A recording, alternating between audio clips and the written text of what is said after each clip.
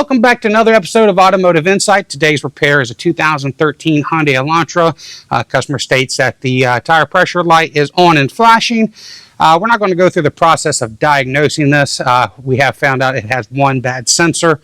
If you want to see the diagnostic process, it is the same as our other TPMS videos. But anyway, we're just going to go through the process of programming this sensor. So let's get into it.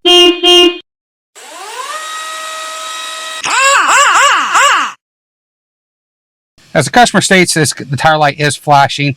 It does have one code in there for a tire sensor failure. We didn't go through the process of diagnosing the one tire sensor because they bought all of them to be replaced. The tire sensors are from the dealership, but they are a different design from what is originally in the rim.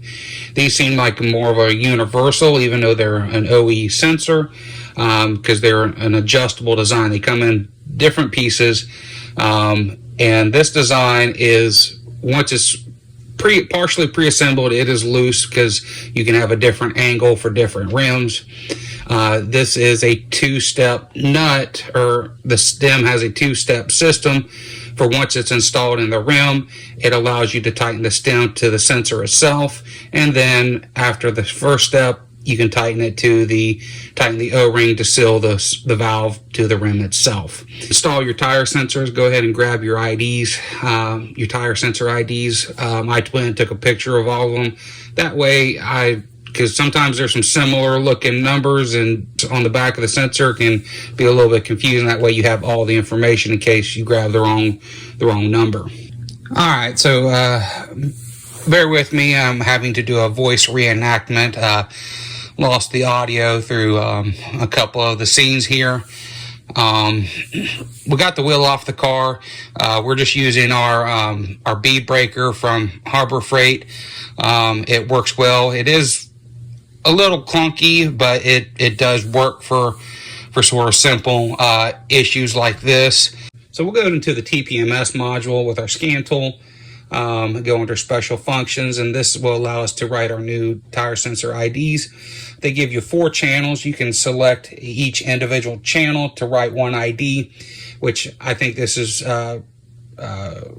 pretty simple compared to some where you have to do all 4 of them, and usually you're timed, like you have a timed limit. But this one you can just do, if you're just only doing one sensor, you can do one, or you're like, in our case, we did all 4.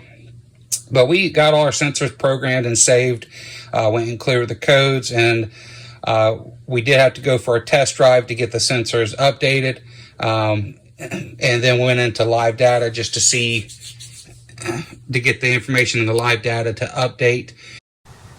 I ran into an issue with the scan tool. It was only registering about 23 PSI. I think there just might be some kind of wrong entry in the scan tool itself.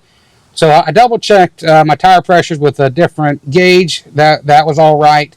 Anyway, then I grabbed another scan tool, and it's showing the correct tire pressure. All right, that's going to wrap this up. The customer supplied the Hyundai sensors themselves. I don't know what the cost is. TPMS installation, you can kind of get various pricing, about $25 per wheel, and then maybe $50 to $100 for programming. All right, well, that wraps us up. We'll see you on the next one. Then I'll pick you up at 8. You probably won't be awake. Call yourself an Uber, babe. I'm gonna